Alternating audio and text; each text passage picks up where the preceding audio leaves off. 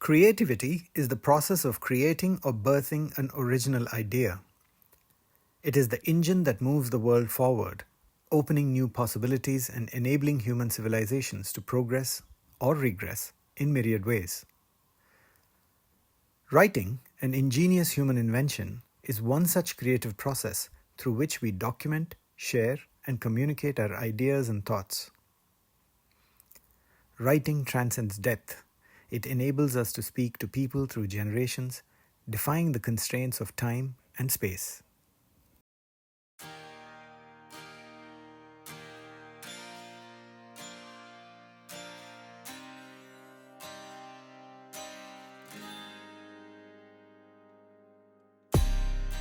Hey everyone, welcome to the Closet Writer Chronicles. I'm your host Sangeeta, aka the Moody Marshmallow. You just heard our guest for today, Shrenik Rao.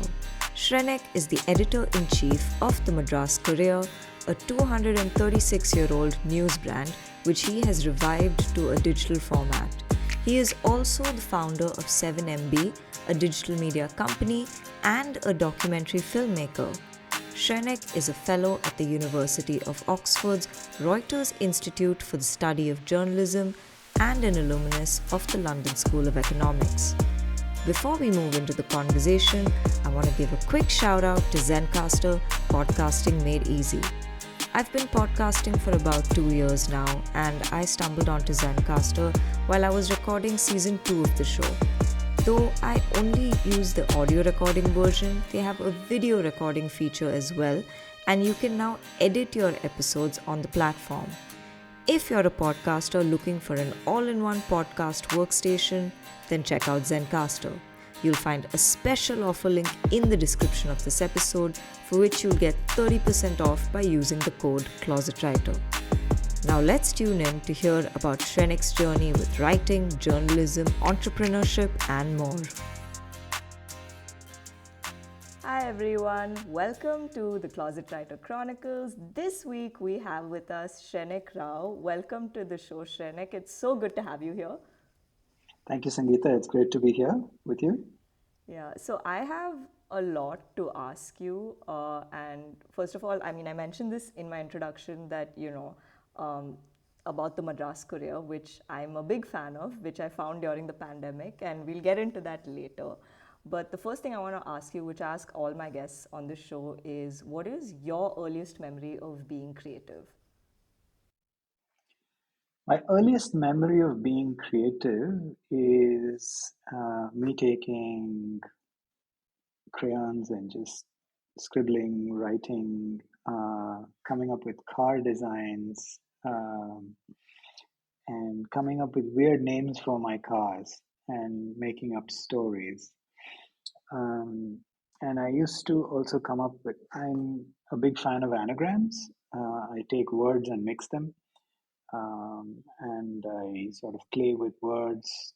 I used to do that without anyone actually teaching me about, the technique of doing that. So I used to come up with uh, at that time we had an ambassador car, and so ambassador cars were nothing like the designs that I used to draw and the names that I used to come up with. Um, the name that I came up with my car was Zoom Car. Oh, wow, okay, okay. And they're all very sort of semicircular. They didn't look like the Fiats or the ambassador cars of the time. And I guess that was the earliest memory of me expressing whatever was in my head, whether you want to call it creativity or whether it is imagination or whatever. And I guess the foundation for that would be the curiosity of why are things the way they are, you know. My dad always used to tell me that I used to ask him questions like, why are lemons green in color, yellow in color, or why are oranges orange? Why do we have stars in the sky? why are they called stars? You know, I used to ask him questions like that. Um, and so, if I were to think back about why I was um, sort of designing or sort of drawing cars in those shapes, I guess one logical reason would be that maybe it was just easier to just draw a semicircle and put two circles and call it a car. The other one would be to reimagine something which is very different from an ambassador or a Fiat, which is more rectangular or, of that shape. So that's my earliest memory of, sort of playing with uh, ideas or documenting ideas that were in my head, or trying to be creative. If uh, Again, it's one's definition of creativity, but I guess um, that's my earliest memory. No, but that's really cool that you used to kind of come up with like car designs essentially as a kid. Like, I mean, obviously your version of that, but that's so interesting. So, wait, were you ever interested in becoming like an automobile engineer or anything like that? No, not at all. My life almost was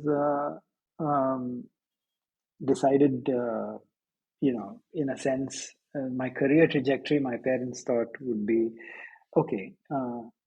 He should take either the civil services because everyone in my family was into civil services. Okay. And I guess even when I was a kid, I had this academic aptitude. So they thought either civil services or academics. One, because the prestigious jobs, or uh, more important than prestige or anything is just the security of it. Sarkari naukri or the government job. Um, Most Indian parents wish for. It's also because my father and a lot of my other relatives worked with the government, so there was that uh, expectation, I guess, to be in the civil services. But then I had a secret desire to work in the media. Um, I used to look at World This Week by Shrenik Rao and think, whoa, this is cool, I used to read up a lot of newspapers. When I was a kid, I used to read the Hindu, I used to read the India Today, I used to read anything and everything that I could get my hands onto. And so my desire was to, somehow do something as cool as breaking the Beaufort story or, uh, uh, you know, being in the media. Communications was also something that was so far out uh, for me, in the sense that that was the era of uh, television broadcasting and um, journalism. I heard stories of you know um, how journalism could change the world, from my family, who were all civil servants, but they would discuss everything was about stories and did you read this? Did you read that? The prime minister said this. How can we? All those discussions about policy related matters, or anything that we learn was coming from newspapers and journals and so on. And so I guess for me, it was a secret desire uh, to learn. It also fed into my curiosity about why are things the way they are. This the the more you know, the more you want to know. So this is a great platform to learn. So uh, if that's the question, Yeah, I yeah, don't no, know if no. I I've was just answered it. no, no, no. I was just curious because when you said car design, I was like, oh, like, what did you study in school? Especially, obviously, when you're in high school, you have to choose a stream from like science, commerce, arts. So, what did you then eventually end up picking up? So I ended up picking up arts, civics, economics, commerce. So at the time, though I performed really well in school, most people thought, a lot of my relatives, my father's friends, family friends thought I'd be taking up engineering. Okay. And uh, but my parents didn't have that expectation. They were like, do what you really want to do. Um, they didn't even force me to think about civil services, but that was their expectation. They would say, okay, that would be a good job, kind of a thing. And so I took economics and commerce, because we didn't have the college that I had applied to didn't have other options for history or philosophy or geography. That was a combination that I would absolutely love. Um, Civics was essentially politics, basically, for Politics 101, economics and commerce. So the idea was that I would get into a bachelor's and take history, uh, politics, and public administration.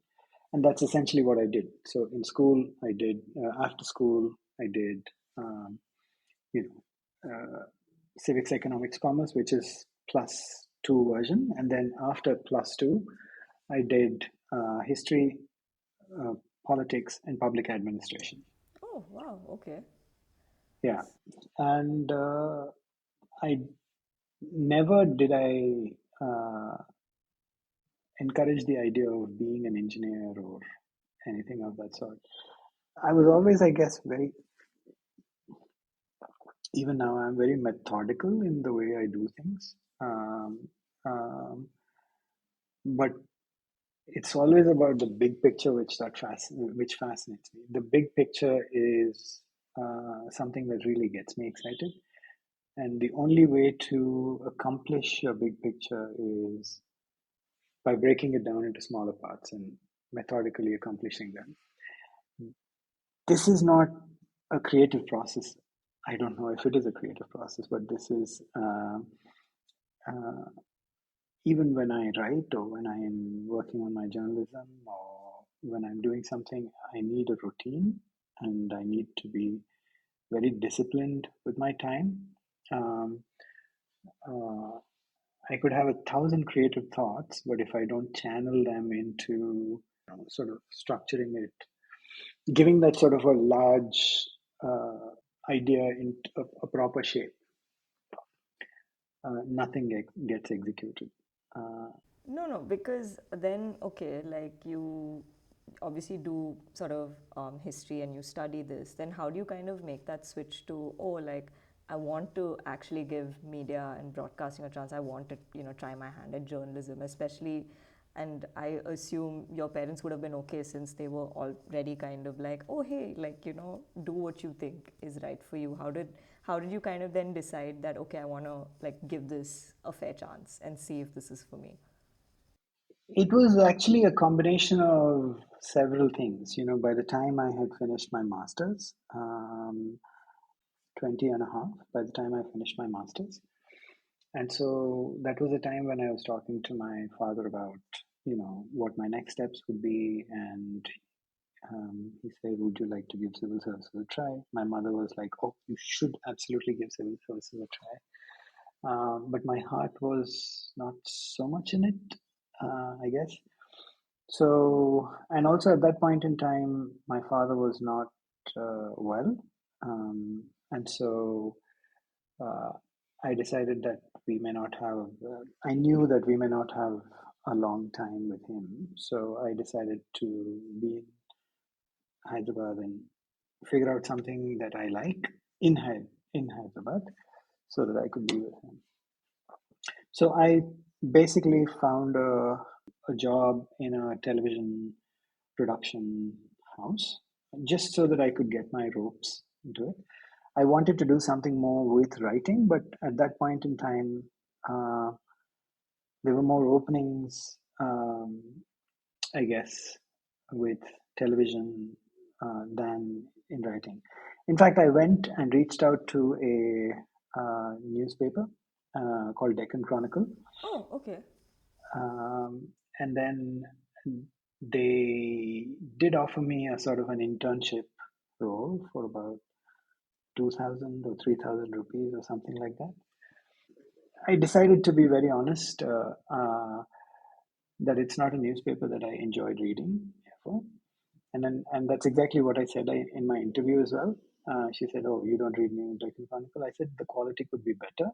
I thought she was offended, the lady who interviewed me, but I decided to be honest, and I guess that's where I started. It's a combination of my personal circumstances, trying to make the most of my personal circumstances, and also trying to get the best that I could do. And after working in the television company for a while, I, it it was mostly a production related job, so it wasn't really uh, creative, but it was you have your hands in everything from organizing the shoots to talking to people to going through scripts to etc etc, talking to the broadcasters, etc. And then from there, I took on a job in a startup, which was then a startup television broadcasting company. I didn't have when I joined that they didn't give I didn't have a proper title, but within a few months, I guess they thought I was good, and they gave me a title of vice president programming for like a 22-year-old. That title sounded very fancy, and I did have a lot of, I guess, freedom to uh, you know do things that I thought were interesting uh, at that time. But the freedom existed only in theory, not in practice, because of budgetary constraints, a whole host of other local office politics and things like that. So I worked there. It was great learning, especially about broadcasting. And even when I had joined, I knew that that wasn't for me. And after my father, and by then my father had passed away. Um, and so I continued for that, and then I was really burnt out. And it wasn't something that intellectually stimulated me. So the initial phases were really great with learning, from being a super geek to dealing with the world, uh, dealing with people, trying to understand office, dealing with office politics, and talking, going and talking to broadcasters in another state or in Delhi or whatever. And 22, I was a kid. I looked like a kid, and when people looked at me with a fancy business card, they would either assume that I was part of that family or whatever, because you know, I was still, I looked like a kid. But then they would take me very seriously the moment I started talking to them. After that came my real, uh, that was when I really sat down and I thought, okay, what do you want to do with your Okay. life? That was the question. So it was very clear that I had always known that that was not what I wanted to do, um, because we were doing listing top 10 Telugu songs, Telugu film songs, or interviews with some celebrities here and there. Um, and the one thing that I'm really proud of was, I took part in setting up the the news division for that channel. Okay. That was exciting for me. I was really, really excited. I didn't really get so much into editorial, but I was more part of the management. I still had that title, vice president programming. So I was very excited about that. After that, I applied to the London School of Economics. It changed my world. It changed my perspective. It changed, in a way, the way I see the world, and the confidence that I've had in being able to say, okay, I will take this head on and I will do it. So that was where, if I were to say where my career really started. I guess I would say my career really started while I was at LSE. Um, and that was when I thought, uh, my question was always, why do we have to uh, do only, cinema, right? We're a nation obsessed with cinema, but there are different forms of cinema which are superb, which document reality and tell real life stories that no fiction can even come close to, right? Um, there's a saying, fact is stranger than fiction, and in most cases, that's true. Um, and so, why can't you tell long form stories that, or documentaries that tell great stories um, that are interesting to the rest of the world? Or why haven't we as Indians, developed a culture of producing really high quality documentaries, right? But do you think that's changing? Oh, it has changed dramatically. I mean, Yeah, the elephant exactly. Yeah. whisperers, right? The elephant whisperers is a true example of how far, how quickly, uh, we have come in our journey, or not only as producers but also consumers of content. Uh, Content is a word that I don't generally want to use because Yeah, a lot of us don't want to use that yeah, word. content for me is bad word. I think it is for a lot of people. I've realized through this series of interviews, honestly. And there are some brilliant documentaries which Indians have produced, but not consumed, right? Not accessed earlier. This was before the advent of the internet, right? But after the advent of the internet and social media and so on, I guess you have so many opportunities to access some really great storytelling. Yeah, I digress. Oh, no. So basically, you were talking about how you were getting into, like, you were basically questioning why there weren't enough documentary films, since those could essentially be better than feature films and mainstream cinema. Sure. I mean, that was the start of me, deciding to make documentaries. And when I was at the LSE, I started reading a lot about, uh, you know, Robert Mugabe. The front page news would be Robert Mugabe. He had a clenched fist, and then there'd be a lot of news about him. But my earliest memory of Robert Mugabe was when I was a kid, and reading about him. He was Indira Gandhi's friend, and he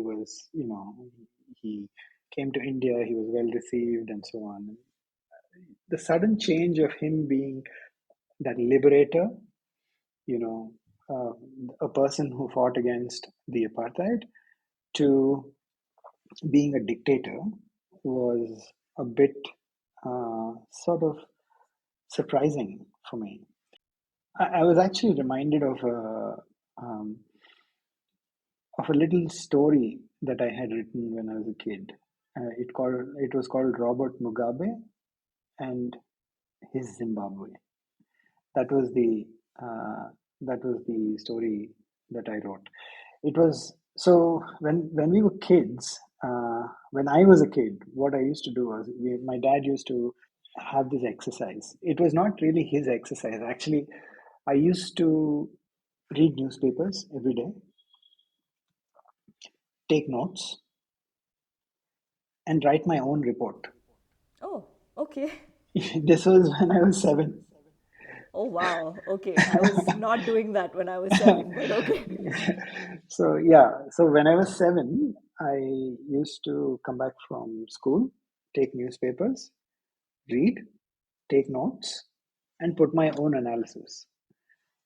And when my dad came back from work, from the office, he would look at it. I used to write with a fountain pen back then. My I remember the headline and the body copy was in blue, The date and my name, byline, was in green Oh, okay.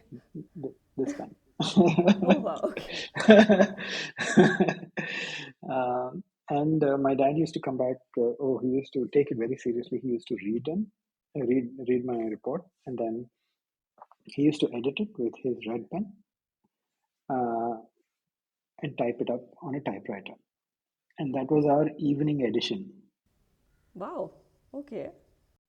Yeah, so I was reminded of my article, uh, and I thought, oh, what would it be like to sort of do a documentary on Zimbabwe?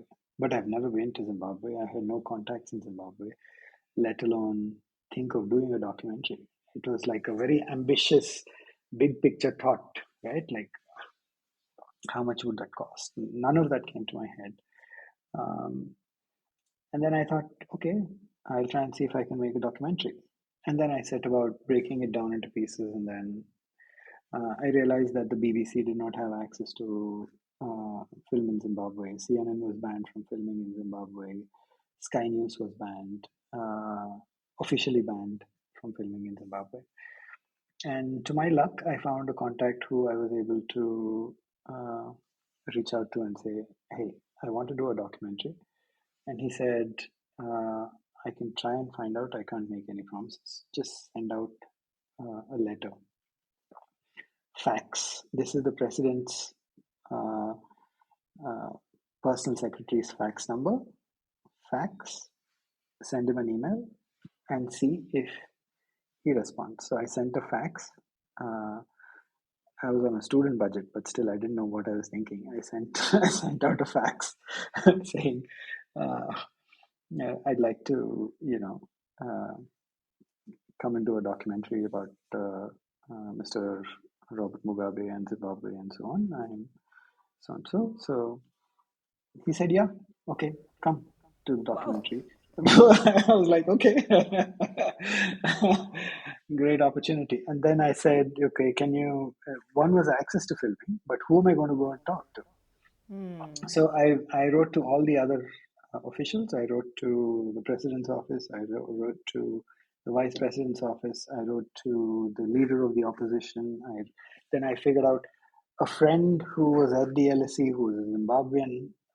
She helped me a lot with a lot of local contacts, with a lot of phone numbers. Uh, and then I reached out to the cameraman who used to work with the television network that I used to work in. And he said, yeah, let's go do it. I've been wanting to do some really cool stuff for a very long time. And I'm sick of, working in these studios all the time. And so off we went to Zimbabwe with my meager savings, or whatever they were. Interviewed those the vice presidents of Zimbabwe, the governor of the Reserve Bank of Zimbabwe. These were guys who were not accessible to the global media at that time, to the world's media. And so that's how my journey into documentary filmmaking started.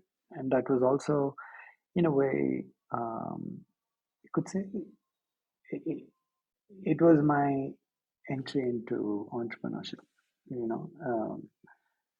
It wasn't something that I thought, okay, I didn't think, okay, I'm going to make billions by making this documentary, but I thought, oh, this is an important story. This is a great story that needs to be told. There's not something that was already done, so I need to do it. That was how I started. But then I always enjoyed writing more than actually being on camera or, you know, um, doing on camera stuff or behind the camera stuff. What I really enjoyed was the intellectual stimulus and the creative process behind doing anything, right? Why do we do what we do? The larger question of what really drives us always, what can we learn? What is actually fun in doing? What's the fun in doing what you're doing, right? Um, I guess that's what motivates me even till date, right? If there's a story that's not been done, oh great, let's find out and do it. It's, it is, it's that feeling is like a drug, you know. It's You cannot describe it. The exhilaration of finding out something and actually sharing it with the others is fantastic. It's something that I really struggle to explain. There's no word for it. Okay. No, that's fair. So then, okay, you make this documentary film, and then is that when you sort of decide, hey, okay, let me just go for it and start like a media and broadcasting company and see what happens from there? Or did that still take time? No, I actually had nurtured entrepreneurial ambitions from a very young age. You know, so I wanted to work in the media space. I had been following Prannoy Roy and Ram for a very long time. And Prannoy Roy had started NDTV. Back then, he was in Doordarshan, and then he started something called Star. Basically, Star was Rupert Murdoch's broadcasting channel, for which NDTV used to produce. So it used to say in all those news broadcasts, it used to say an NDTV production. So I used to wonder what that was, and then I started researching. So N. Ram was the editor of the Hindu. Of course, it's a family business, but um, those evening editions that I had mentioned. Since then, I've had that, um, I guess, secret desire to perhaps own a media company, run it like the way I want. There was also another inspiration from a Telugu news entrepreneur. His name is Ramoji Rao.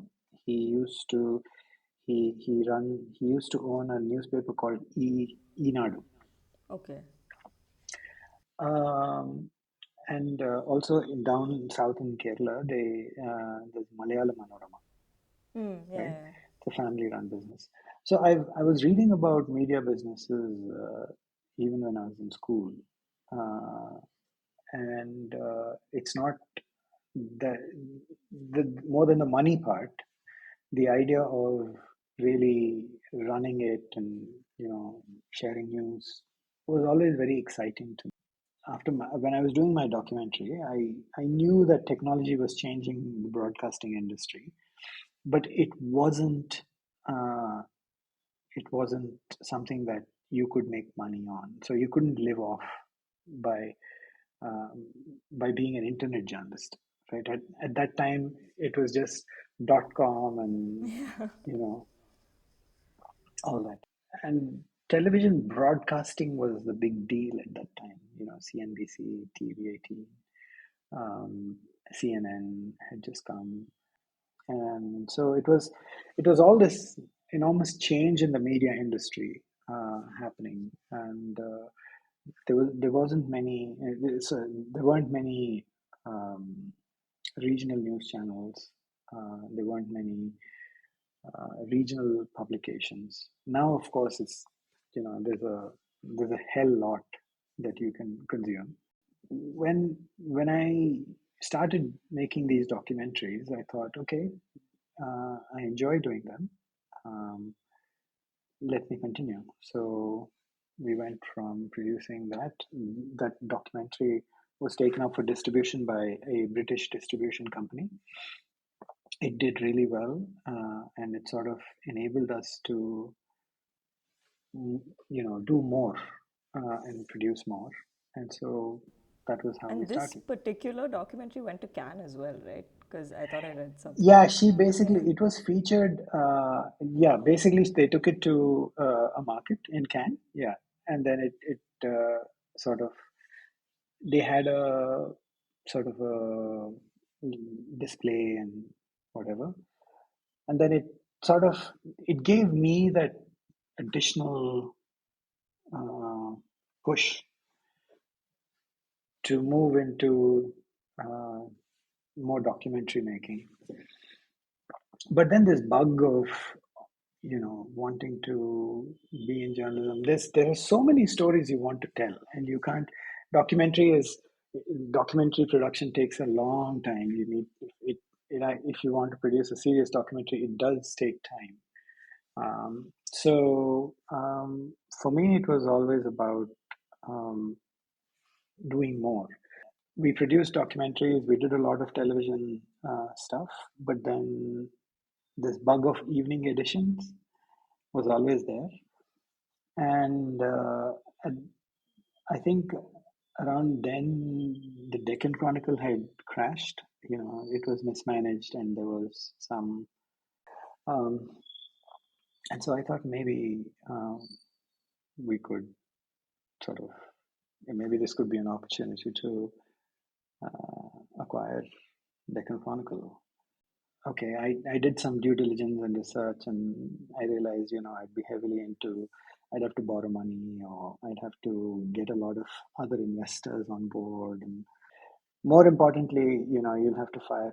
I did not really enjoy I didn't not forget enjoy. I did not agree with the kind of journalism that they were doing at that time.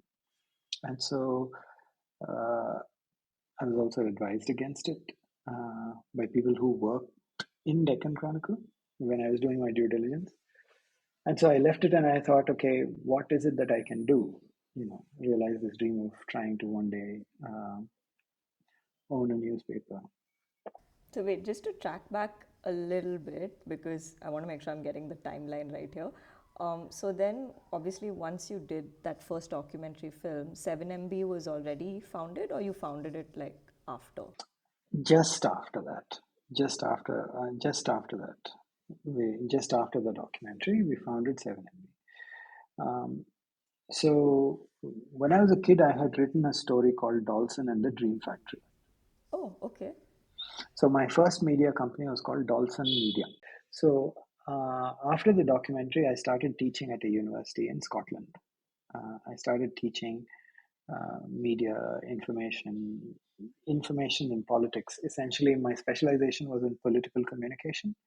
And so when I was teaching information, a master's program called Information and Politics, which essentially looks at how politicians, governments use and abuse information to push their agenda, narrative, etc. How did they do it in Brazil? How did they do it in South Africa? How did they do it in different parts of the world?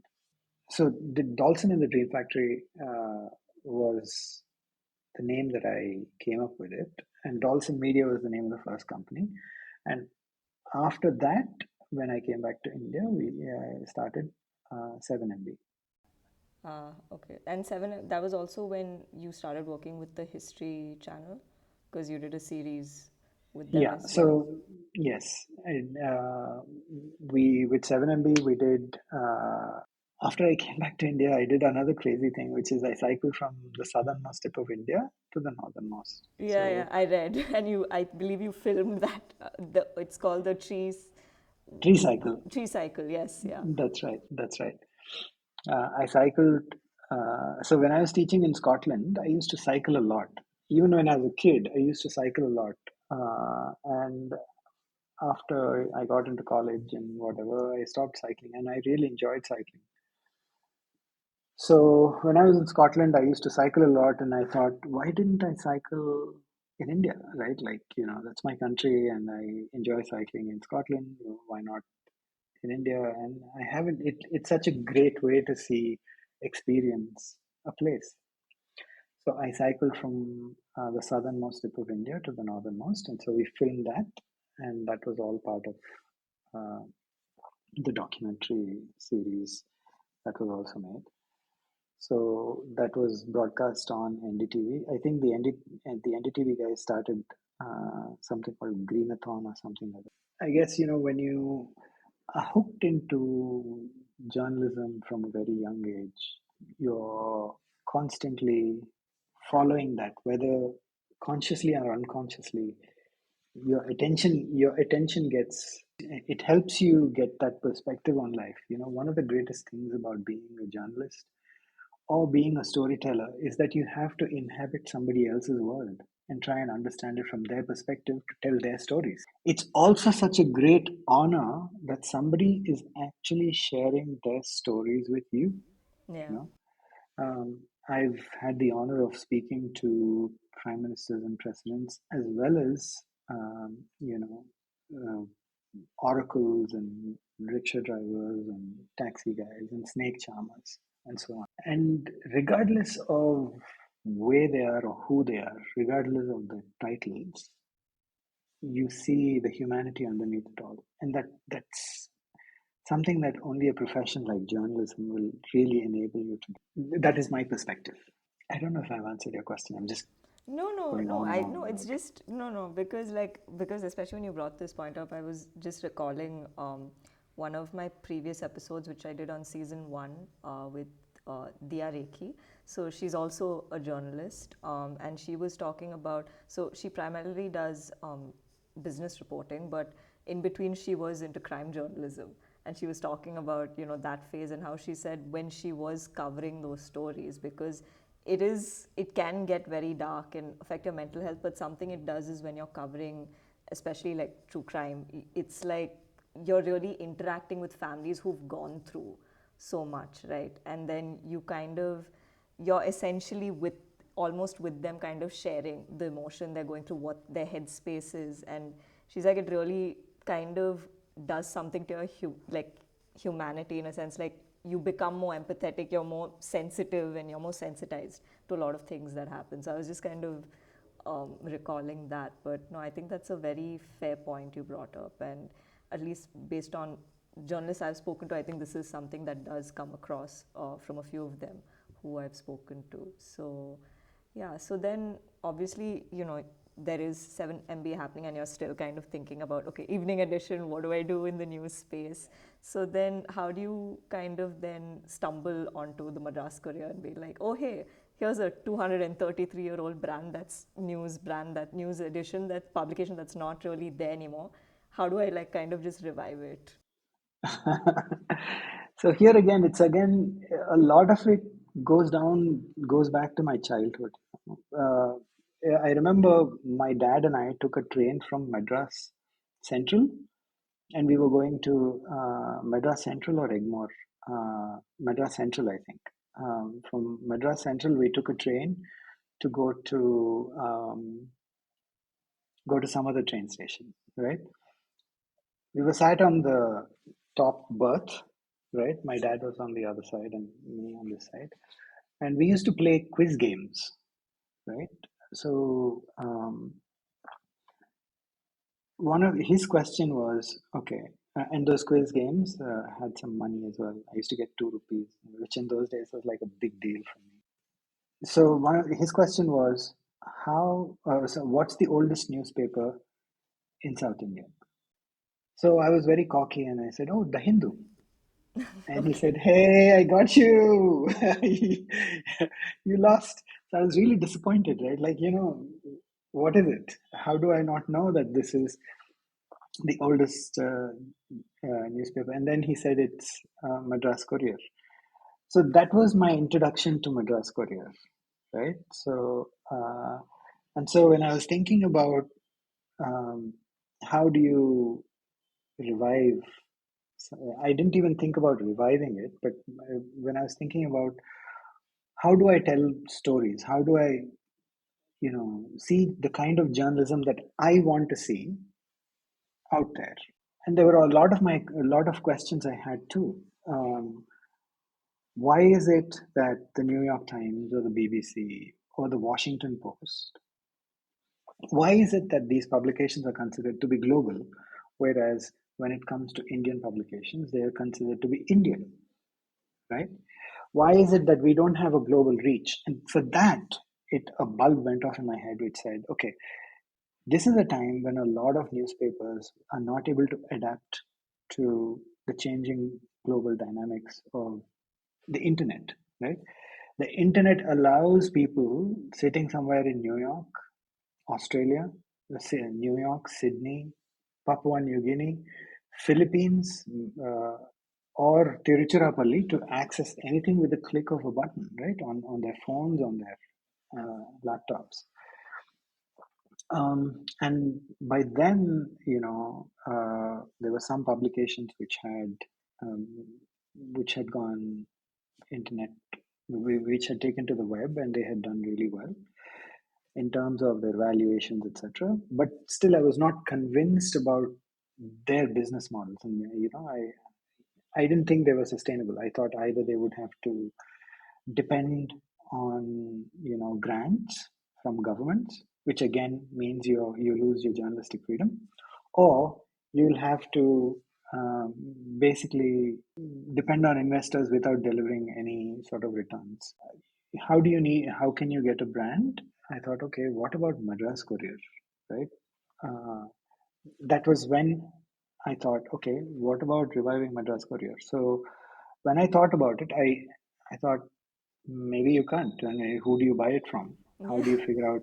How do you figure out how to uh, buy this? And that was those questions which I started taking seriously, researching, really led me to do a little course on intellectual property rights. I Okay. did a, I did a, I went and attended a sort of a IP law course in Nalsar in Hyderabad, and then I decided to uh, also go take advance it uh, at the University of Oxford. That was where I applied for a fellowship. Part the reasons were I'm working, and I'm not having enough time to actually think through this very carefully. Right? Am I just kidding myself, or is it a real possibility to um, actually make it happen? So that was when I thought, okay, I'll maybe stop. I have the luxury to stop it for a few months, take the fellowship, figure out how to make this a reality. So at Oxford, uh, the Madras Courier was originally started by an Englishman called Richard Johnston. And when you read the story is fascinating. So he came to India, uh, and he came with the intention. That was when the technology of printing newspapers was also at a very nascent stage. And so Richard Johnston had worked in the military, and so he thought he could make money uh, in India, because for most Britishers at the time, how do you make money? You go to India and make money, and then come back. So and so his story was very interesting, and he went back to England. The newspaper ran for several years after that, and then it went defunct. There was a guy called Hugh Boyd who was the editor. He ran it even after Richard Johnston went back. So I went back to England. When I was at Oxford, I would go to London, and the British Library has all these archives. I would access their archives. I spent almost, I spent months researching about the Madras Courier, going to the British Library, sitting in the Bodleian in Oxford. I would, I had some friends who were lawyers. I would go buy them lunches, etc. Sit with them, take their advice, figure out a genealogy map of Richard Johnston, figure out if somebody actually owns it or owns the rights. Then looked at World Intellectual Property Organization and figured out, how you could go about doing that. So a lot of homework went into that. So when I was at Oxford, apart from the research I was expected to do, this took up a big chunk of my time. When finally, I had compiled a 500-page report or something like that for myself. It was like, okay, documenting every single thing, ask questions, what can you do, what can you not do? And then among those was also one question, which was, why is the New York Times not meant only for New Yorkers? right? Or why is the Washington Post not only for people of Washington, right? It's not. Why can't the Madras Courier be a global publication? Why can't we have, and if you're, what makes a publication really global, right? BBC is ultimately British Broadcasting Corporation, right? So, but they have a global presence. But whatever you do, you have to start, and only when you start and you take a step after a step after a step after a step, and then make you build it step by step, right? And all of this is something that really excited me, the idea of reviving a 230-year-old newspaper into something that is fresh, current in this day and age, in the internet age. Was the idea itself was very, to me it was a mad idea, but it was a worthwhile idea. It was something that was possible, it was doable, and there were a few other publications who had also uh, done that. There were two guys from IIT who did that with Swaraja, and even the Caravan, I think. It's not as old. It's not as old as the Madras Courier, but the Caravan is also something that they had in the family and they revived. So, and then I had missed the boat because 2014 election time was a big deal, and Scroll had started their they started doing really well by then. And so I thought, okay, how do we do it in a sustainable, manageable way? What sort of stories do we tell? Why do we even tell stories, right? Do you want to say the same thing that everybody else is saying? How do you differentiate yourself? I had asked a few so-called experts, and they said, "Oh, celebrity first. They're good. Eyeballs second. The same standard formula that I guess repulsed me in the first place, working with television networks. They had come up with, and it did not sound any different from anyone else, right? So it didn't seem like a strategy, but it was something that they had written down, a PowerPoint presentation that they'll probably want. And so I scrapped it all out, and then I thought, okay, what is it that will give us an element of uniqueness? What will help us really find readers who will love what we write, who will love the stories we tell? One of the things that I thought would be, okay, I've always been a very curious person. Ask a question. Why are oranges orange? Why do dogs bark? Things that we take for granted or why do we eat rice, right? In most South Asians eat rice. Why do we eat tomatoes, right? Where did tomatoes come from? Why is Indian food so spicy? Has it always been so spicy, right? Um, it's also, I guess, driven more by wanting to learn as much as you can about who we are, why we do what we do. I guess it's destiny. I don't know if it is destiny. I don't know if it is individual effort. But the tagline for Madras Courier in Latin means whatever men do. Quicquid agunt hominas, it's in Latin, the three words. Quicquid agunt hominas means whatever men do. The appropriate thing to say now would be whatever humans do.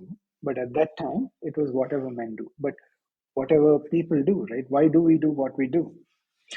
And you'd be surprised to see how much we're connected to the past in so many different ways. So I thought, okay, why don't we connect? When we tell news stories, why don't we look at the larger picture? Tell stories that connect the past to the present in a way that is interesting, less didactic, more engaging. And perhaps that's not something that people have been doing. Why don't we do more stories on things that a lot of us think about, but we don't really know answers to? And also, there are so many unique things about South Asians, which are very global, but have not been documented, right? Why don't we document those? So the first story I wrote was a story called "The Curious Case of of a Bollywood Beauty." That story, so we published on the 12th of October, 2016. So in October, on the 12th of October 1785, Madras Courier, the first edition of Madras Courier was published. So Oh, on the wow. 12th of October 2016, when we revived it, we started with that story. So it basically looks at the life of an actress called Khushbu. Okay. So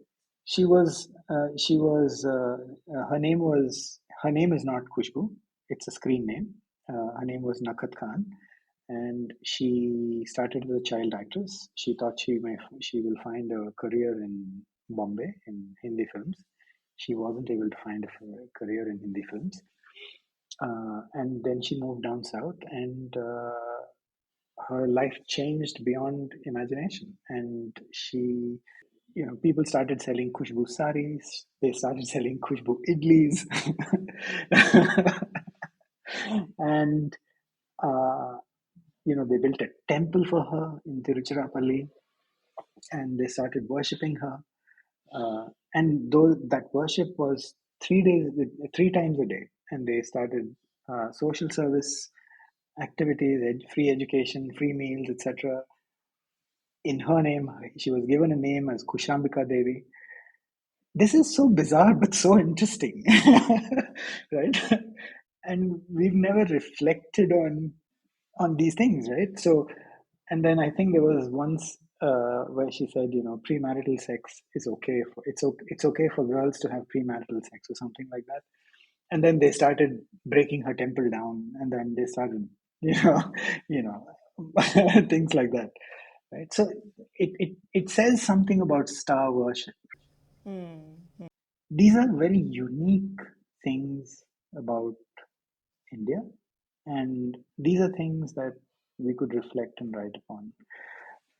The very simple thing about chilies, right? Can you today imagine Indian food without chilies? The moment you say Indian food, people say, "Oh, it's spicy."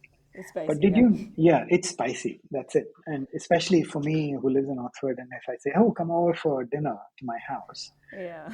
and they'd say, "Less spice," Yeah. right? Or no chilies. Yeah. But chilies were introduced in India by the Portuguese, right? Just 400 years ago. And so is the case with tomatoes, potatoes. Potatoes were introduced by the British, tomatoes. These kinds of stories, the kinds of stories that we do, which may be considered trivia, but also are a reflection of who we are. Quick quid agunt hominas, right? Whatever men do. My interest in global world affairs, global politics, etc., also has driven our editorial towards diplomacy, international relations, those politics, those kinds of areas. There's a regular following for Madras Courier, like you said. You discovered Madras Courier during The COVID, right? pandemic, yeah. Once when we started the Madras Courier, we went against the grain of everything that the experts told us. Define your audience, right? Chase celebrity. Um, we thought, okay, screw that. What will people? What is it that will help us be unique? How can we add value to our reader? So that was a driving factor for us. In a lot of our editorial discussions, we have these. Should we also introduce short form stories? Should we just do 150-word edits? Oh, it'll give us a lot of numbers. Or should we? Oh, we have to be more discoverable. So should we get onto YouTube, or etc., etc., etc. It all starts with the germ of an idea, and if you're able to persist on it, ruminate on it, meditate on it, think about it, envision what you want to see, it'll happen. There is a Shah Rukh Khan dialogue. I'm terrible with Hindi, Oh, but that Om Shanti Om dialogue yes, where he yes, wins the yes. award. Yes, Sari Kainad, and that's all I know. Something, something, something. Sari Kainad. The whole universe conspires to make your dream come true, right? The essence of it is that, you know, uh, if you truly believe that you can accomplish something, and if you're really driven to do something, and if you meditate on it, if you find ways to do something, um, you'll always be able to move forward and move forward and move forward and move forward till you actually accomplish what you want to accomplish.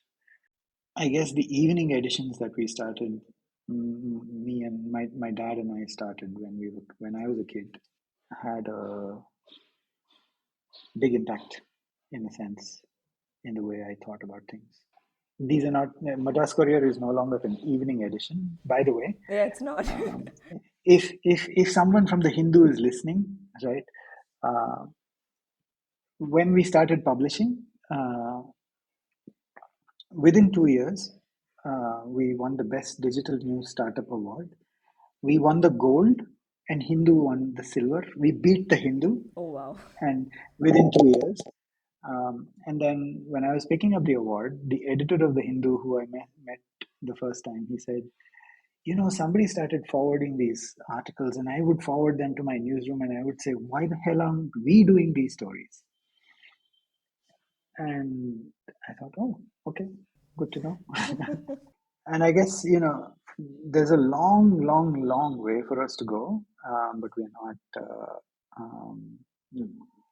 we didn't take external funding. It's a very deliberate choice. We didn't take money from a billionaire or a big politician or anything of that sort. We are, you know, currently in the belief that there are enough number of people who will help us and support us to do what we want to do and what we love to do, right? And that will happen as long as we're able to add value to the end reader, right? Give them something to give them something new to learn, a different, unique perspective, rather than just chase, um, you know, just TRPs and numbers or Google Analytics data and this and that. Yeah. No, because actually that was the other thing I was coming to because I feel like, especially at least with the Madras Courier, whenever I go in and I read a piece and I come out, I just feel smarter. Like, honestly, like I've genuinely learned something. And I feel like, I mean, at least for me, I don't get to do that with a lot of pieces of writing. In that sense, because I think also it's the kind of subjects you're talking about, the kind of themes, and I find it really cool that, along with sort of politics, socio-political things, cultural pieces, you've been like, obviously they're talking about books, you're talking about, there's poetry, which I found like so fascinating that you were taking submissions from like readers. So it's really cool to kind of see this sort of agnostic format in a sense, because you genuinely don't know what to expect when you go in, and I think that's one of the things I love about the brand in general, that you go in and you're just surprised. So yeah, I think more power to you and the team for, I think, creating that with this. But I'm also curious about how you go about, sort of deciding and curating the sort of pieces, because I assume there must be like a bank of ideas. So then how do you kind of figure like, okay, these are the kind of stories you want to do? Because I'm sure, I would assume at any given moment, you probably have like at least 10 to 20 ideas you guys would love to work on. So how do you kind of decide what to prioritize and how to go about it? Yeah, I mean, I guess if you, first of all, thank you very much for, saying such wonderful things about the Madras Courier. I get emails into my inbox saying, oh, thank you, we love this, we published a story about Ajivikas the other day, and we got a lot of response. We published a story about Vedic astrology, and we got a lot of response. So thank you very much. I hope we continue to, keep telling really interesting stories like this. The issue of, trying to come up with stories and, deciding what really goes in when is very subjective. If we also go by, it's a curious mix of data, editorial calendar, what's happening around the world, just so that you're not totally, completely, disconnected. What is it that we can really uh, share that adds that is kind of scholarly but also interesting to read? What material do we have to justify what we have to say? Um, so we have a calendar planned for at least 3 months ahead, right? So we it's a broad calendar. It's a broad calendar that we think, okay, this is the editorial calendar. This is what we. When it comes to poetry, right? Uh, Poetry is actually something that was done in the Madras Courier 200 years ago. So when I sat in the British Library going through the archives, I thought, oh, wow, they published poetry. So what they used to do was, back in those days, they used to wait for newspapers to come all the way from England to India. They used to wait for those newspapers for the readers in India to know about what was going on in England. So the sailors who would travel in those ships would write poems and send them to the editor at Madras Courier, and then he would choose uh, which ones were good and which ones were not, and then he would publish some of them. So when I read some of those poems written by sailors 200 years ago, they were really fascinating. It was about, you know, it was so human, right? Or when will I go back to England? Or when will I? Or I saw such and such a girl, and I thought she was really pretty, and then whatever, our lives moved on, kind of a thing. And so I thought, okay, we need to have a platform which publishes poetry in mainstream journalism, right? It's a form of it's also a great way to express one's creative thoughts. We decided, yeah, we'll publish poetry. And what we can also do is take poems, add a visual element, which is we commission an artist to come up with or an illustrator to come up with a corresponding visual art, whether it's abstract or whatever. How does he interpret the poem? We get that and then publish this poem. So that's how poetry happens. But when it comes to the editorial selection, right? It's a combination of several factors. If it is reporting from the ground, then we should have enough material to back and double check whatever has been said in the field, right? So it's a combination of several things, but underneath all this is the one fundamental principle that we don't want to compromise on our editorial ethics, editorial integrity, and journalistic integrity. That is supreme for us. Yeah.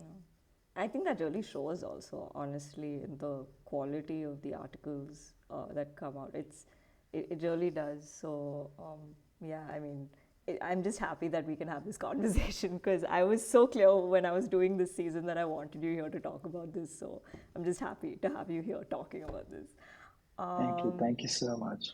But no, having said that, obviously, social media has become this sort of huge tool for journalism in the sense that I feel like now almost anyone and everyone can become a journalist thanks to the internet and social media. And you do have people kind of writing and putting out things on, say, Instagram or Twitter, which is now X, and in that sort of space, and obviously you have a lot of publications who have social media channels and they're kind of putting out, blasting their pieces through those mediums as well. So then how do you kind of use, because I know the Madras Courier in between started an Instagram page, but it's not very active. And even with you, I could only find like a Twitter with X profile. And so then in an age where everyone kind of is struggling for visibility and discoverability, then how do you kind of position yourselves, and like does social media not fit into like brand building for say yourself or even like the Madras Courier and other things you do? Like how do you kind of view that? Social media has a role to play. I don't disagree with that. Um, our primary focus until now has been newsletters, right? Okay. The number of people who sign up to our newsletters far outweighs the social media engagement. Up until now, that has been the case. There's also another advantage to newsletters, which is people see your emails every day, right? You engage with them. We want to build a community. For us, the priority is to build a community. You can build a community on social media. Algorithms are constantly changing. So if one social media platform changes its algorithms, then you'll have to keep on struggling again, right? So there has been a lot of our readers have also been asking us to start a print publication, right? So there's a journalist, Thakurda. You must have heard of him. He called me once and he said, "Oh, your stories are timeless. Your stories are timeless. Why don't you come up with a print publication? Or you sort of compile your stories and come up as a print magazine, you know." So we're exploring all these. When it comes to social media, right now our entire focus is on newsletters.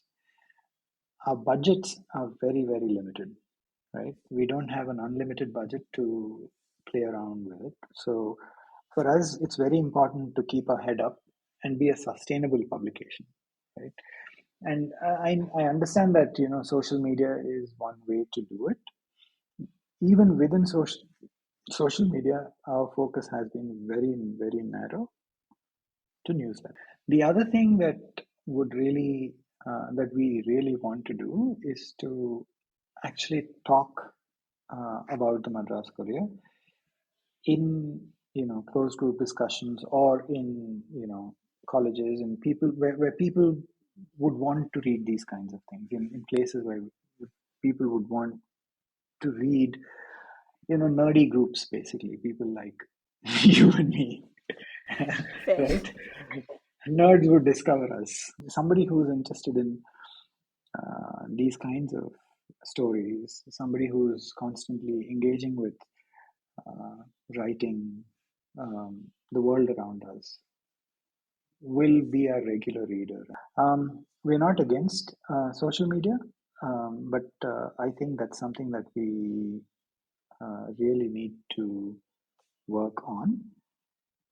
But there again, our focus has been so narrow that I wouldn't mind broadening it a lot more. It's also perhaps personally my disdain for what I see on social media every day, where everything is brand bullshit, right? Yeah. We want to be genuine players who, uh, instead of speaking about us ourselves, we want our leaders to, you know, take us seriously and spread the word.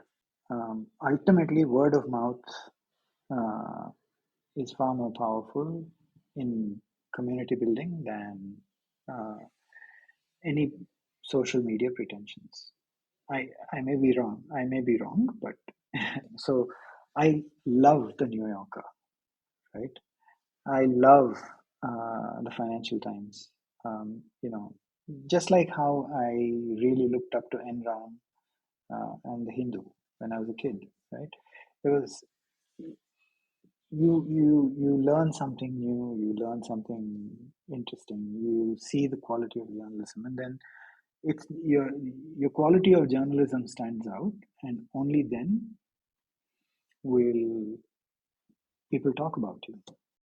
No, that's true. I completely agree. I think also because I know the New Yorker, New York Times, they obviously have fairly active Instagram pages, and it's kind of curious to see what they're doing now. They're doing like these carousel posts with like very pop culture references, which are actually really fun. I see a lot of people sharing it, and I see traction coming from there. So I think it's interesting to see how each like publication kind of approaches social media in that sense. I think it really depends on how you use it. I know at least for me, especially when it comes to the podcast, I discover a bunch of my guests through social media. So in that sense, it's been really helpful. But yeah, otherwise it can just be white noise, or like if you're not really adding or using it in a certain way, for sure. So when I was doing my fellowship, uh, my research was basically looking at news brands and trying to see what they were doing, right? There was Vice Media. So in my research, I was looking at two publications. One was Vice Media and one was Financial Times, right? Vice Media was an upstart, right? Which was valued at about 6 billion US dollars. Started by a guy called Shane Smith, and the kind of documentaries that they did were very sort of in your face, YouTube documentaries. The language was all sort of unconventional. They would use swear words in their journalism and their reports. The reporter would go and have marijuana with some guy in right. So basically, it's immersive journalism. That's what they called it, immersive journalism. The valuations went up the roof, right? Uh, and Financial Times, which was an established legacy newspaper, was then sold to a Japanese company for $1 billion, right?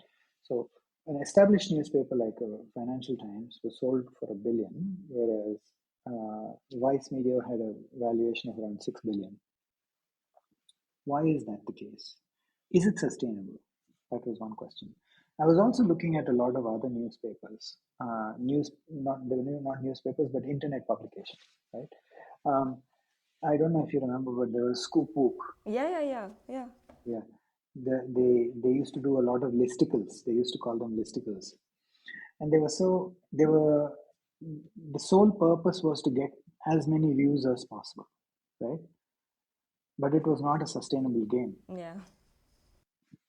They had to wrap up and shut down. They pumped in millions and millions of dollars across the world on publications like that, but they did not sustain.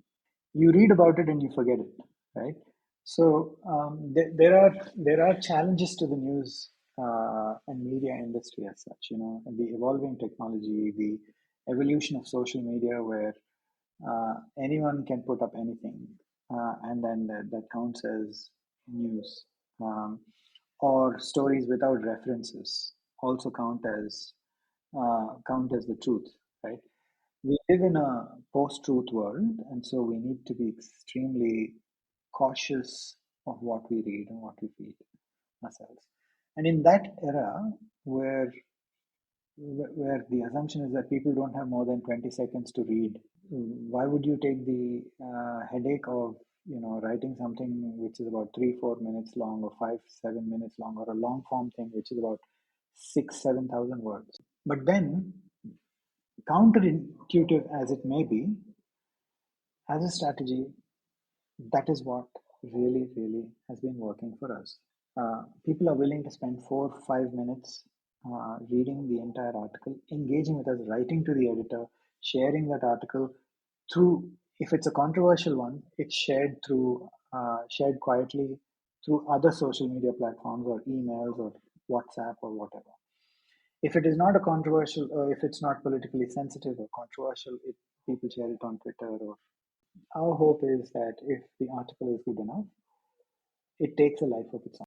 I was coming to is obviously now with again the advent of social media and the internet, because you now have so many people going into like obviously digital publication, be it with websites, newsletters, apps. Everyone's kind of in that space now, and the way news is consumed is kind of evolving. I think even especially with like Gen Z and Gen Alpha and whatnot, like you see, like literally they're consuming news on Instagram and like X. I see people like literally just reading stuff off that and saying things. So then how do you kind of see journalism evolving in that sense, especially in this space? because it has kind of, it's more in a digital space now. How do you see it? Like, where do you see it going?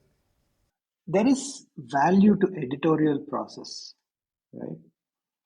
When somebody puts up nonsense without any reference, without due diligence, due editorial diligence, it has its consequences, right? The fake news that you get to see, the proliferation of fake news on social media is primarily because of lack of editorial due diligence. Anyone can say anything on Twitter, Instagram, whatever. So you could stand in Andamans and say you're in Maldives. With now AI, you know, techniques coming in, you can even change your background and say whatever, right? In this age of artificial intelligence, editorial processes become very, very, very important, especially if you're a serious news. If you're not a serious news player and if you don't care about your journalistic integrity, then you can do whatever. But it's always a mistake to equate serious journalism with what's put out on Twitter or on social media platforms. The editorial process that each article goes through in reputed publications is of great value, at least for people like me, right? Ultimately, when we read something, if we eat junk food, we know we get diabetes, right? If we consume a lot of junk diet, we know we're going to be misled. Just because you have a Twitter war and there are more views on Twitter for a particular narrative or B sort of a narrative doesn't necessarily make it a fact or truth. Truth can be interpreted in multiple ways, but facts are very important. And that's why you have the proliferation of fact-checking websites, right? And the kind of value serious journalism offers is going to be much, much, much, much more important for people who are serious about understanding the world in a world of fake reality. So the truth is somewhere there, you have to, and to sift that through, filter that to give you like a nice filter coffee. Like to sift through that, it's to give you that filtered, edited version of it is the role of a journalist. But that thoroughness of the editorial process is what really makes a difference. Yeah, no, for sure. I think, do you think AI will ever replace editors though? These are big debates that we are having right now. Um, um, for as long as humans have existed, right, there were all these discussions that um, we've had. So when radio started, people said print was going out of fashion. When television started, people said nobody's going to listen to radio and print anymore. It's only going to be television. When digital started, people started saying television is going to die. Print is going to die completely. But what we are seeing is that there is a coexistence of various mediums and various platforms. So artificial intelligence driven news, artificial intelligence driven editorials will have a role to play, especially in a fast paced world where you're under pressure to produce news very, very fast.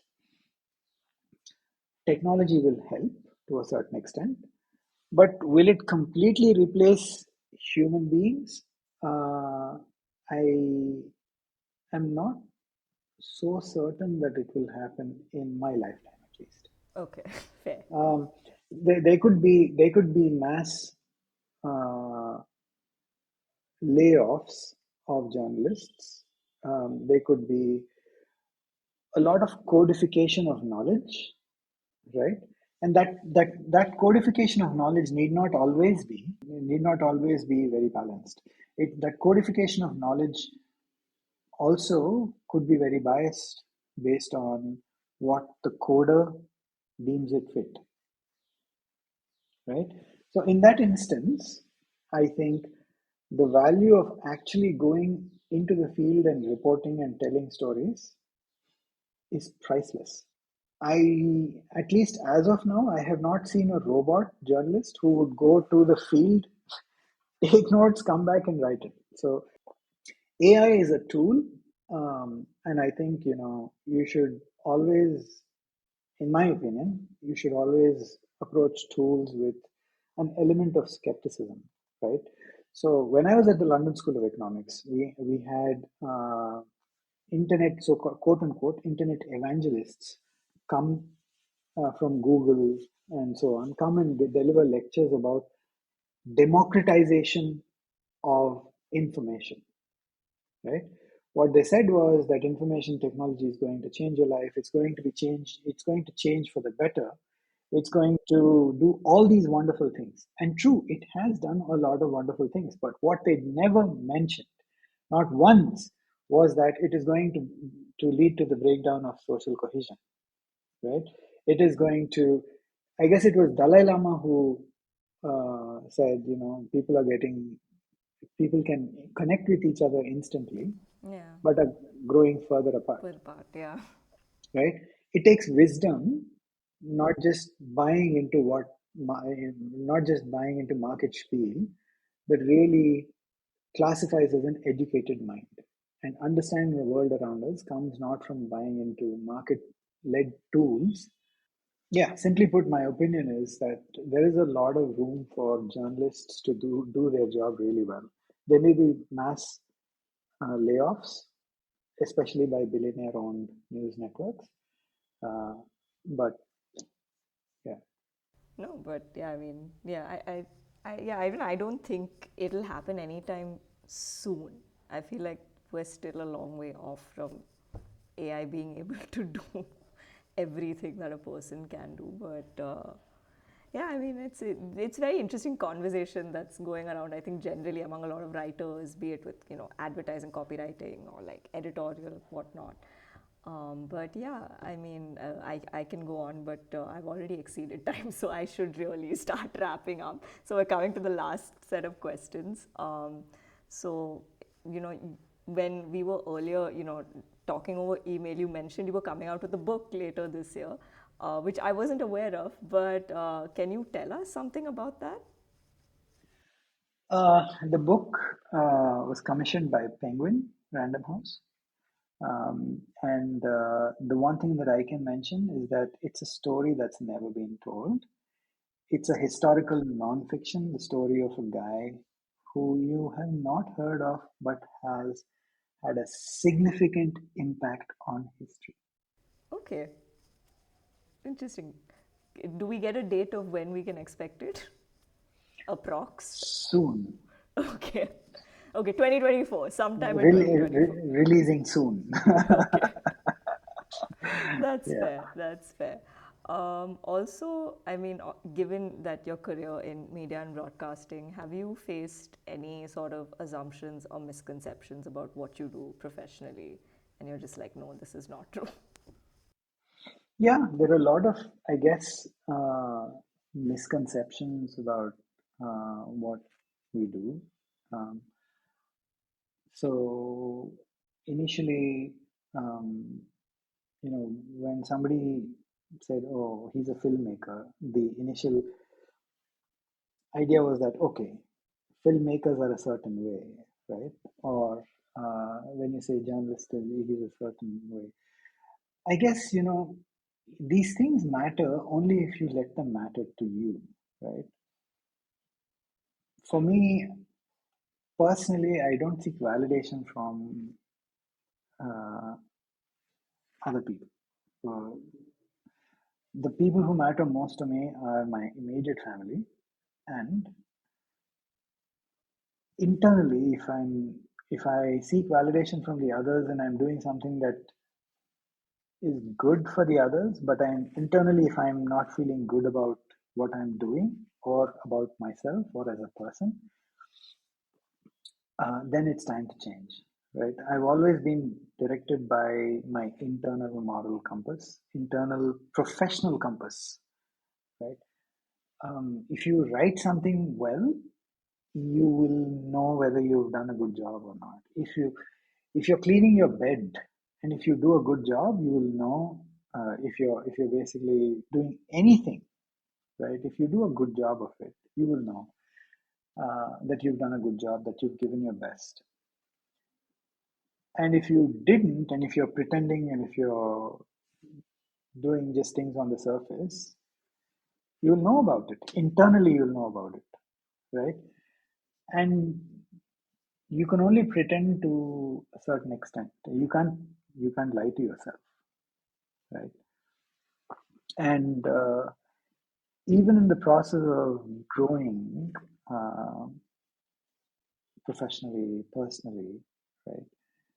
The less you lie to yourself, the better it is. That's the way I look at it. And so that's the only goalpost or a goalpost for personal growth, personal development, professional growth, professional development. And what are kind of, obviously, we've spoken about the Madras Courier and this, your sort of interest in just basically your curiosity, right? To know things and to be like, oh, why is this like this? Why is that like that?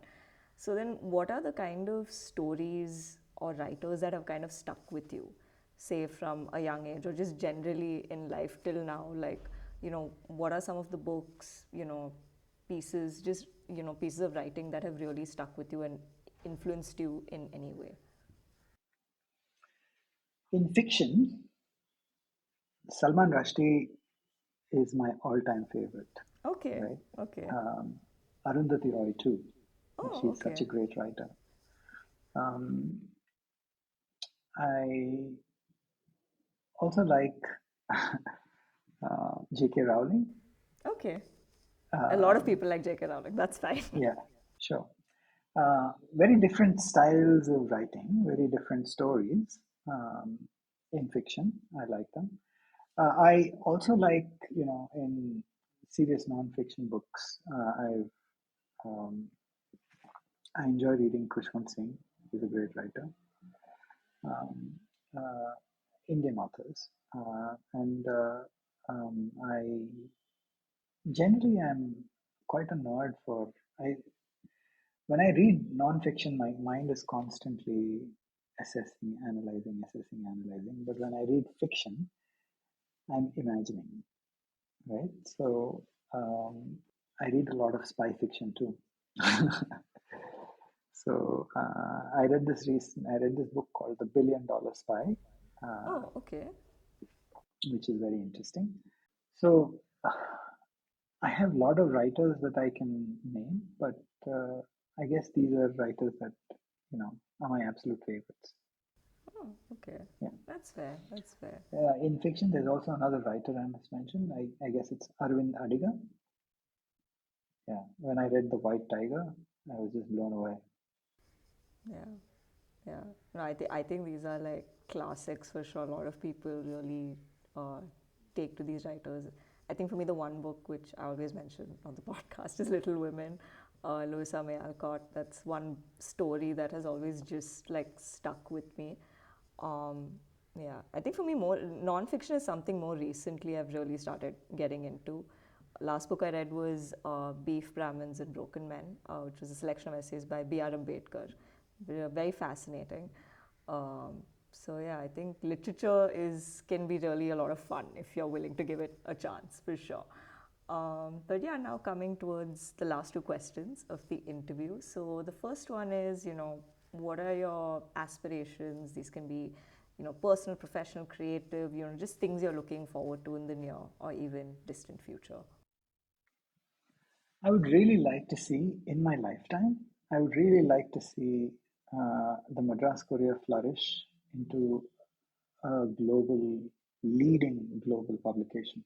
I started it with that intention, and I would really like to see that happen.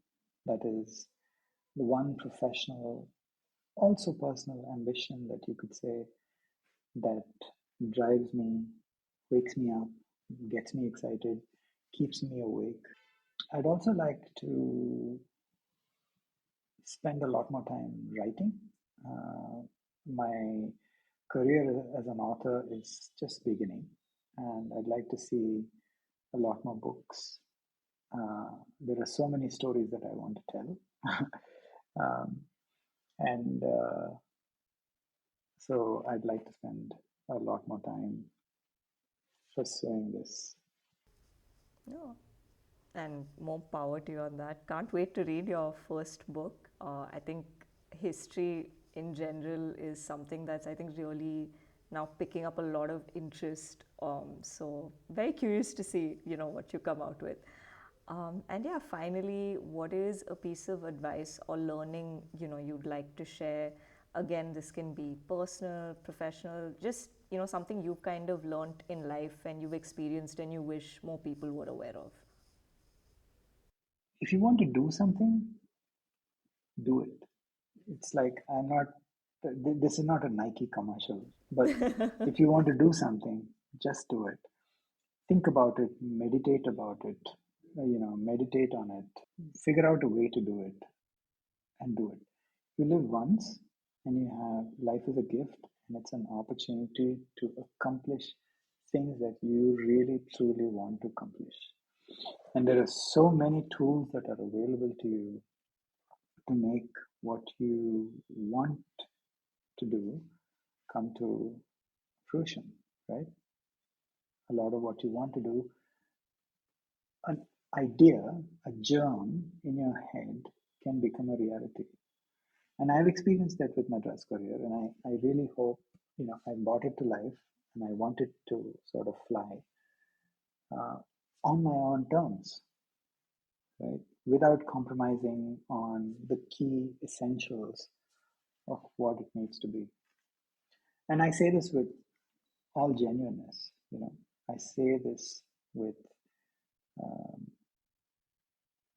the intention that, if there is an intention, if there is a goal, if there is a germ of an idea or a seed in your head, which is burning in your heart, make sure you work towards it. You put your energy and effort and channelize that to make it a reality. I guess that's one learning that I keep telling myself. Okay. So on your podcast, on your show, I'm saying that. No, and on that lovely note, we now come to the end of this interview. Thank you so much for being here, Shrenik. It was an absolute pleasure to talk to you, and I'm so happy you could be here. I hope you had fun. Thank you. It was great fun. It was great fun. And it was wonderful talking to you. And thank you for reaching out to me. So that was my conversation with Shrenik Rao. I had so much fun talking to him, and it was really interesting to learn about the Madras Courier and his perspective on journalism. Closing this episode with an excerpt from an article titled The Eternal Panchatantra, written and narrated by Shrenik. And with that, season 3 comes to a close. I know this was a shorter season, but stay tuned for season 4, which is coming up in the next few months. More on that soon, but stay tuned till then. I hope you enjoyed the show, and I'll see you next season with new guests and new chronicles to share. Talk real soon. Stories live forever. They adapt, change form, and survive through centuries. They proliferate in new avatars and travel across the globe. In the process, they impart wisdom, transform lives, and leave an indelible imprint on the human imagination.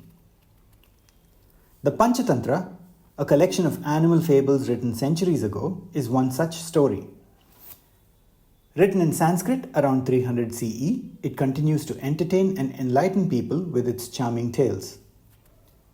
Through the centuries, it took on many avatars and evolved into various literary forms. No other collection of stories has become so popular through the length and breadth of India. It has been worked over and over again, expanded, abstracted, turned into verse, retold in prose, translated into medieval and modern vernaculars, and retranslated into Sanskrit, writes Franklin Edgerton, professor of Sanskrit and comparative philology, in his book The Panchatantra Reconstructed. Today, most of the stories contained in the Panchatantra have become part of Indian folklore. It has been translated into numerous languages globally, enacted as plays, narrated as oral history, and adapted as novellas, television series, and comics.